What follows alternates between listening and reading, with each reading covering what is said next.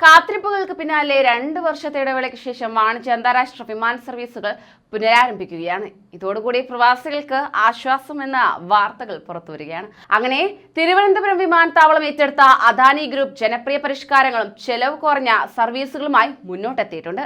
വിമാനത്താവളത്തിലേക്ക് പ്രവേശിക്കാനുള്ള entry ticket എടുത്തു കളഞ്ഞ് 85 രൂപയായിരുന്ന പാർക്കിംഗ് ഫീസ് 30 രൂപയാക്കി കുറച്ചിരിക്കുകയാണ്. ഇത്തരത്തിൽ അനവധി പരിഷ്കാരങ്ങളാണ് നടപ്പിലാക്കിയിരിക്കുന്നത്. കുറഞ്ഞ ചെലവിൽ ഗൾഫിലേക്ക് പറക്കാൻ എയർ അറേബ്യ സർവീസ് ആരംഭിച്ചത് പ്രവാസികൾക്കും ആശ്വാസമായി തീർന്നിട്ടുണ്ട്. ഇക്കഴിഞ്ഞ 16-നാണ് അബുദാബിയിലേക്കുള്ള എയർ അറേബ്യ സർവീസ് ആരംഭിച്ചത്. ഒന്നിടവിട്ട ദിവസങ്ങളിൽ തിരുവനന്തപുരത്തേക്ക് തിരിച്ചും സർവീസ് ഉണ്ടായിരിക്കുന്നതാണ്. തിരുവനന്തപുരത്തേക്ക് 880 ദിർഹം, അതായത് 17,786 രൂപ മുതലാണ് നിരക്ക്. അങ്ങനെ തിരുവനന്തപുരം വിമാനത്താവളത്തിൽ നിന്ന് വിദേശത്തേക്ക് സർവീസ് നടത്തുന്ന വിമാനങ്ങളുടെ എണ്ണം കൂടിയിരിക്കുകയാണ്.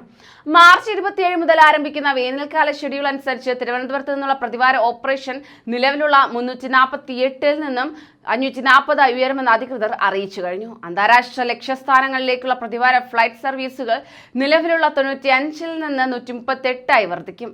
30 പുറപ്പെടലുകളുമായി ഷാർജയാണ് ലക്ഷ്യസ്ഥാനങ്ങളിൽ ഒന്നാമതുള്ളത്. ദോഹ, മസ്കറ്റ്, ദുബായ് എന്നിവയാണ് മറ്റ് പ്രധാന ലക്ഷ്യസ്ഥാനങ്ങൾ. ദോഹ 18 സർവീസുകളാണ്. മസ്കറ്റ്, ദുബായ് 17 സർവീസുകളും. ബാങ്കോക്ക്, സലാല, ഹനിമാദു എന്നിവയാണ് പട്ടികയിലെ പുതിയ ലക്ഷ്യസ്ഥാനങ്ങൾ. ഇതിനൊപ്പം പ്രതിവാര ആഭ്യന്തര വിമാന സർവീസുകൾ നിലവിലുള്ള 79-ൽ നിന്ന് 132 ഉയർന്നതാണ്. ബംഗളൂരു 27, മുംബൈ 23, ചെന്നൈ, ഡൽഹി 14 വീതം എന്നിവയാണ് കൂടുതൽ സർവീസുകളുള്ള ലക്ഷ്യസ്ഥാനങ്ങൾ. കൊൽക്കത്ത, പൂനെ, ദുർഗാപൂർ എന്നിവയാണ് പട്ടികയിലെ പുതിയ ലക്ഷ്യസ്ഥാനങ്ങൾ. തിരുവനന്തപുരം അന്താരാഷ്ട്ര വിമാനത്താവളത്തിൽ ഗതാഗതം സുഗമമാക്കാൻ എല്ലാ ക്രമീകരണങ്ങളും ചെയ്തിട്ടുമുണ്ട്. യാത്രക്കാരുടെ സുരക്ഷയ്ക്ക് മുൻഗണന നൽകാൻ പ്രത്യേക ടീമുകൾ വിമാനത്താവളത്തിൽ സജ്ജമാണെന്നും വിമാനത്താവള നടത്തിപ്പിന്റെ ചുമതലയുള്ള അദാനി ഗ്രൂപ്പ് അധികൃതർ അറിയിച്ചു കഴിഞ്ഞു.